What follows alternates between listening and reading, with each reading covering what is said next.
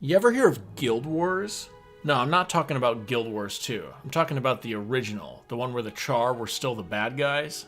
Yeah, that game's turning 20 years old. Not only that, they're actually adding a bunch of exciting new stuff to the game.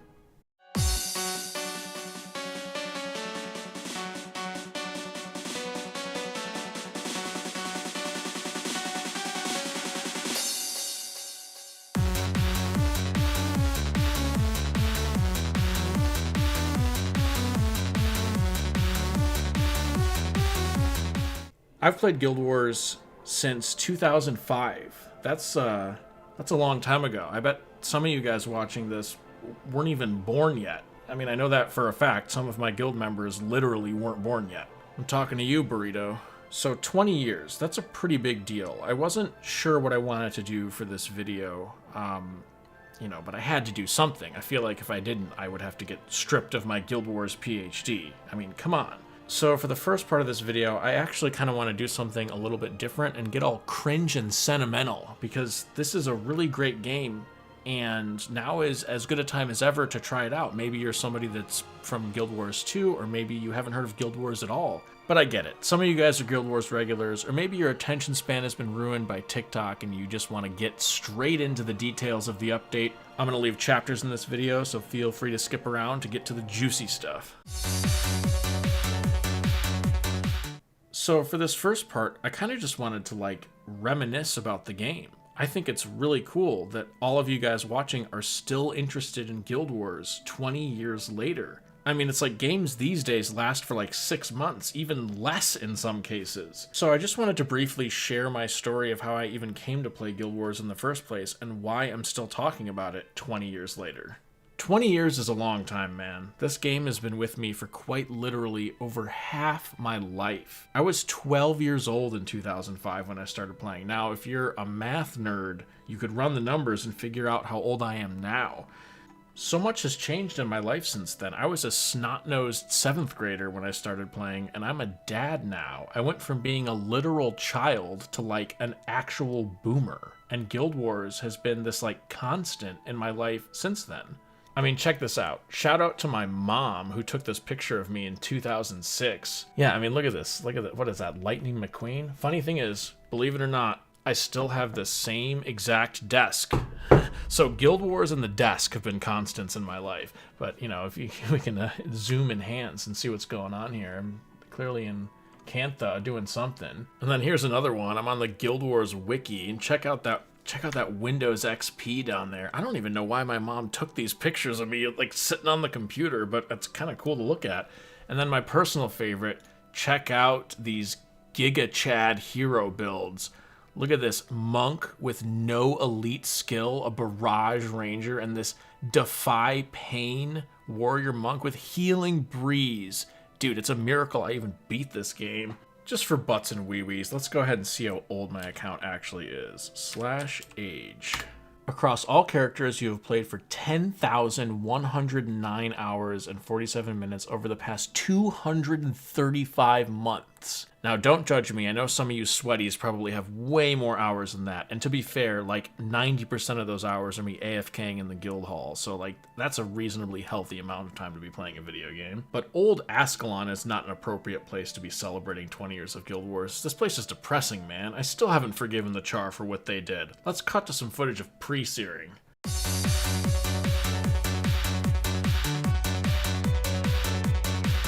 Well, back in 2005, like most boys my age, I was hopelessly addicted to RuneScape, which coincidentally I also still play now, but that's a story for another day. My neighbor comes over to my house and says, "Hey, I've got this game called Guild Wars, you should play it." And I was like, "No dude, I'm already addicted to RuneScape. I'm not gonna play some other online computer game just because you want me to." He didn't care and forcibly installed the game on my computer without my permission. We lost touch over the years because he moved on with his life like a normal person. But if you're out there, Harry, thanks for installing the game. It ended up being a pretty good one. I was immediately hooked. I mean, coming from RuneScape, where you just click on stuff and they die, the combat and build crafting system of Guild Wars was something special. And 20 years later, in all these other games that I've played, nothing has come close. There's so many other MMOs and RPGs out there. There's nothing like Guild Wars. A lot of their games focus on gear grind and level grind. But Guild Wars is like this unique combination of like deck building and action combat and strategy. There's no like global cooldowns like some other MMOs of that era, having only 8 skills, and the dual profession system is something that no other game has done well. It's perfect, not to be biased or anything. Not even Guild Wars 2 can compare, which, don't get me wrong, there are a lot of good things about Guild Wars 2, but Guild Wars 1 was something special. I'm not a Guild Wars 2 hater like everyone thinks I am. The other thing I love about Guild Wars 1 is the instant system, which was a huge downside at the time when people compared it to WoW, which was open world. But Guild Wars has this unique blend where you see players in towns and mission outposts, so the game feels alive. But then when you do the missions and go into explorable zones, it almost turns into like a dungeon crawler, where you're in an instance. It feels almost like a Diablo or a CRPG type game. And I think that's really cool because it kind of takes the best of both worlds and fuses them into this beautiful child.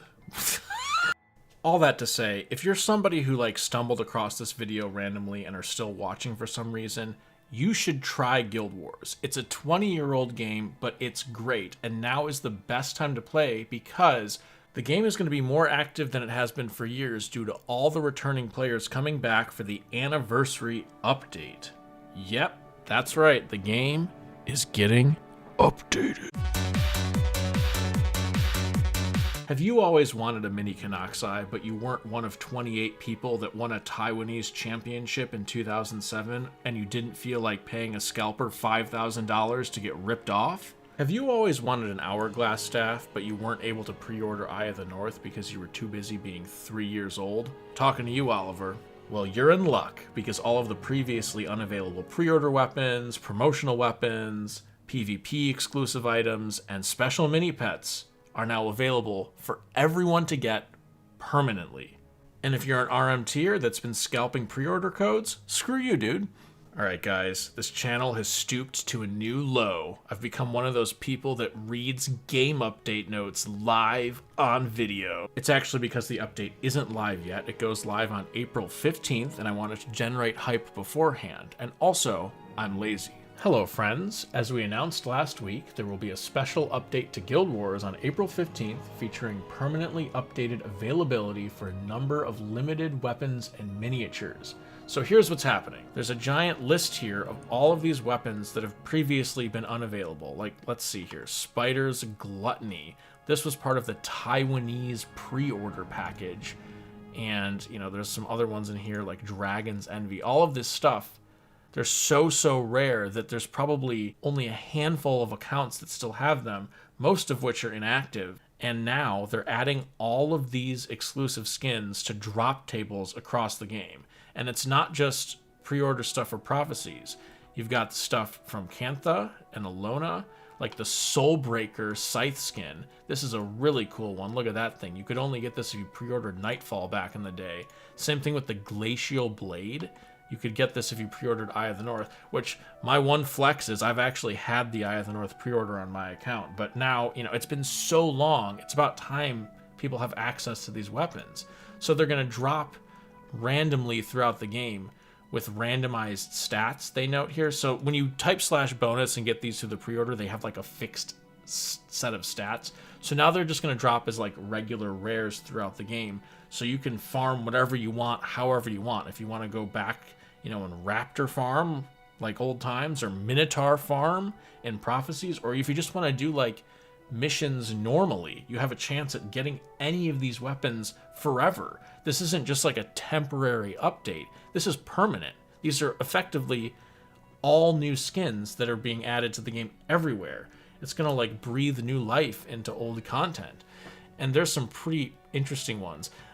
When you look at the ones only available in Cantha, there's the Japan First Anniversary Shield, exceptionally rare. And the funny thing is, it's an Alonian shield. You know, it's a Nightfall skin, but they're putting it in Cantha because, like, Japan. So that one's going to be popular with the weebs, and it's also exceptionally rare. So that's going to be a fun one to look out for. The actual Sun Spear itself, that's exciting. The Eye of the North ones are super popular. Hourglass Staff is a really cool skin. This effectively was supposed to be for the Chronomancer before it got canceled in Utopia. So and the hourglass actually spins around. But that's not all. The miniatures are going to be available through hard mode quests at Embark Beach. Now, these are the big ones. These are like the super ultra rare exclusive minis, like the mini Kanoxai that I mentioned earlier. There are so few of these in game. It's like, if you have one now, you either got extremely lucky or you're like independently wealthy. Same thing with the panda. That one is a super, super rare one that, like, if you saw a panda, even back in the day, if you saw a panda in Commandant, you were like, holy crap, dude, that guy's got a panda. Oh my gosh. But now anyone can get one. And what's cool is this stuff comes from, like, actual new quests. Now, since it's not out yet, I don't know the specifics of these quests, but they say that they're going to send you to replay story missions and endgame areas of Guild Wars to prove your skills once more. So I'm assuming that means, I'm guessing it's going to be sort of thematically tied to the minis. So maybe for the Kanoxai, they're going to have you go do the deep in hard mode, which I think would be cool because the deep is awesome. Destroyer of Flesh, they might do something with Slaver's Exile, I'm guessing. The Island Guardian, that's another really, really cool one. I really can't wait to get my hands on some of these. And one thing to note about these minis is they're not tradable. So if you want to get these minis, you're going to have to check out the new quests in Embark Beach when this goes live on the 15th of April. The mini Asura, I remember this came out with the Guild Wars 2 announcement magazine. I had my mom go out and buy this for me, and I like dedicated my Asura and probably like gave it away or something stupid. I don't know why, but now I could get it back. This is so exciting. And then on top of all that, there's another thing down here. Get ready to celebrate 20 years of Guild Wars, and you'll want to keep an eye out for some other rare drops. Now, I have no idea what that means. I'm really excited to see what it means. And, on top of all these other skins and stuff that are coming out, there's something else that hasn't even been announced yet. And on top of that, the regular anniversary celebration, including the Proofs of Legend and the new elites from the 15 year and the new weapons and all that stuff, is coming back additionally. So if you missed out on some of that stuff in previous years, you can go back and get the previous anniversary rewards. Now, this is like almost overwhelming with how many new skins there are. Feel free to check out this list. Let me know in the comments, what are you most excited about? What's the first thing you're going to go for? Are you going to grind for the Weeaboo Shield?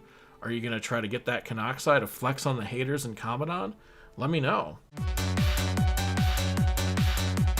Well, that's about it for this video. If you've made it this far, thank you for sticking with me, and thank you for sticking with the game for so long. I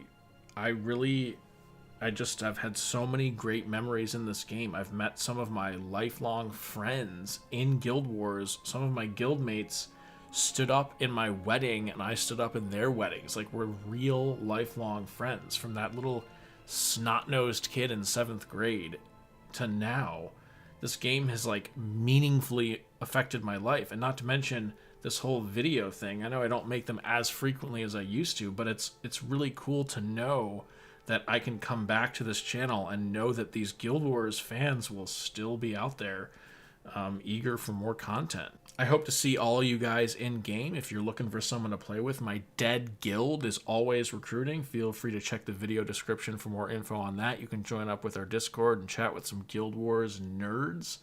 But yeah, that's about it. I'll see you guys in 10 years for the 30 year. I'm just kidding. I'll probably be dead by then. I'm just kidding about that too. That's enough. This is Doombox signing out.